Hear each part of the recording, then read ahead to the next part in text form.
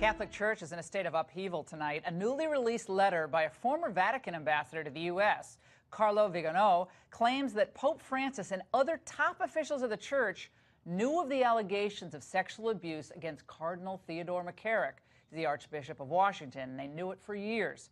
What's the real story here? For more, we're joined by Raymond Arroyo, managing editor of EWTN News, who's covered the Vatican for decades, and a Fox News contributor. Raymond, who are these?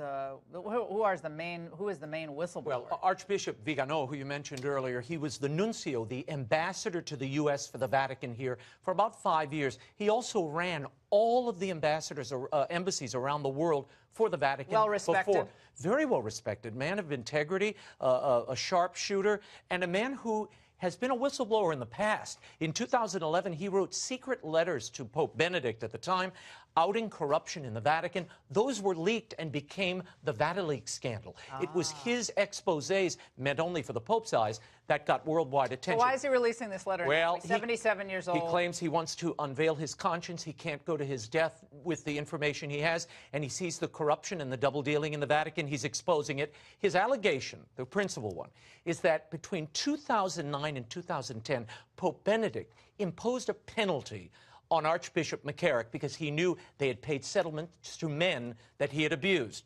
He also took him out of public ministry. Now, when Pope Francis became Pope, Vigano claims he informed the Pope himself of McCarrick's misdeeds, and the Pope ignored this and restored McCarrick. That's the charge. That's the allegation, and some others are vouching for Vigano's credibility. Well, we should put up the full screen. I want people to see this. This is a full screen from the letter of Vigano. Watch this.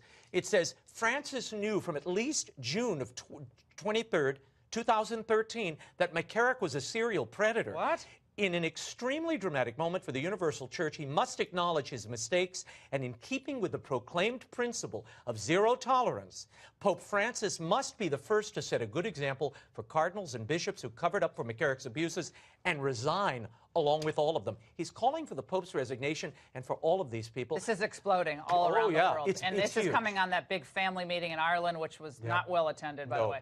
Here's the Pope reacting to the news on a plane returning from that family conference in Ireland.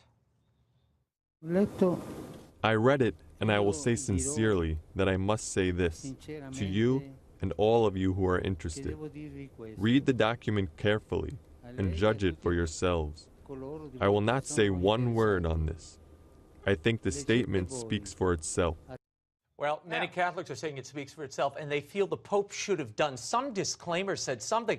It looks like an evasive answer and makes the Pope look bad. In the meantime, bishops around the United States and the world, Tyler, Texas, Arizona, and the entire Conference of Catholic Bishops say these are credible charges that need full investigation. They're demanding that from Pope Francis.